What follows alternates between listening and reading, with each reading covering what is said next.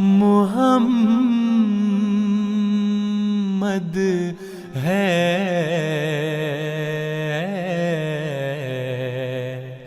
ہم سب کا۔ السلام علیکم۔ جیسا کہ آپ دیکھ رہے ہیں کہ اب ہم چیکنگ کروا رہے ہیں، اور چیکنگ کروانے کے دوران ہی نماز فجر کا وقت ہو گیا تھا، تو ہم نے چیکنگ کروانے کے فوراً بعد مسجد نبوی کا رخ کیا اور ہم چلے گئے مسجد نبوی کے اندر، اور وہاں جا کر ہم نے نماز فجر ادا کی۔ نماز فجر ادا کرنے کے بعد کچھ دیر ہم وہاں رکے، وہاں کے ماحول کو اپنے اندر سمویا، وہاں کی جو برکات اور جو نظارے تھے ان کو ہم نے اپنی آنکھوں سے، جو اب تک ٹی وی میں دیکھتے آئے ہیں لیکن ہم نے اپنی آنکھوں سے اس کو دیکھا۔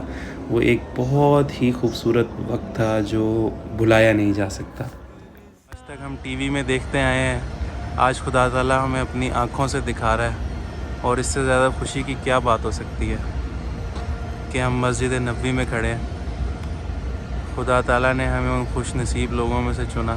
جیسا کہ آپ دیکھ رہے ہیں کہ یہ چھتریاں کھل رہی ہیں، یہ روزانہ فجر کی نماز کے بعد کھول دی جاتی ہیں، اور اس کی وجہ سے گرمی کی شدت میں بہت کمی واقع ہوتی ہے، اور جس سے یہاں پر آنے والوں کو بہت فائدہ ہوتا ہے، کیونکہ یہاں پر بہت زیادہ گرمی ہوتی ہے، تقریباً 40 سے 45 ڈگری تک۔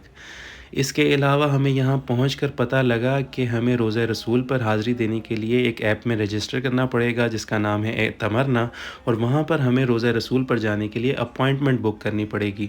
فوراً ہم نے وہ کیا، اور ہمیں رات 1:30 بجے کی اپوائنٹمنٹ ملی، کیونکہ رش بہت زیادہ تھا۔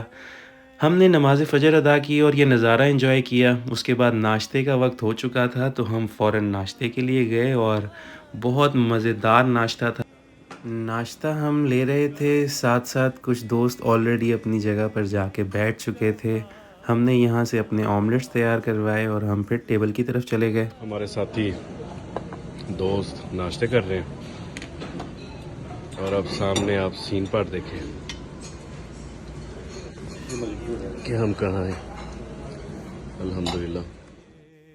ناشتہ کرنے کے بعد ہم سب اپنے روم میں چلے گئے، وہاں جا کر ہم نے کچھ دیر آرام کیا۔ آرام کرنے کے بعد ہم سب فریش ہو کر دوبارہ باہر نکلے، نماز ظہر ادا کی، دوپہر کا کھانا کھایا۔ اتنی دیر میں نماز عصر کا وقت ہو چکا تھا۔ نماز عصر کے بعد ہم گئے جنت البقیع میں، جہاں بہت سے صحابہ اور امہات المومنین مدفون ہیں، اور خاص بات یہ کہ دنیا کی کسی بھی کونے سے آیا ہوا مسلمان اگر مدینہ المنورہ میں وفات پا جاتا ہے تو اسے جنت البقیع میں دفن کیا جاتا ہے، اس کے اہل و عیال کی اجازت کے بعد۔ ایک وہ وقت تھا جب مسجد نبوی میں صرف چند افراد نماز ادا کر سکتے تھے، لیکن آج کی تاریخ میں 11 لاکھ افراد مسجد نبوی میں ایک وقت میں نماز ادا کر سکتے ہیں، اور اس تعداد کو 2030 تک 25 لاکھ تک پہنچا دیا جائے گا۔ سبحان اللہ۔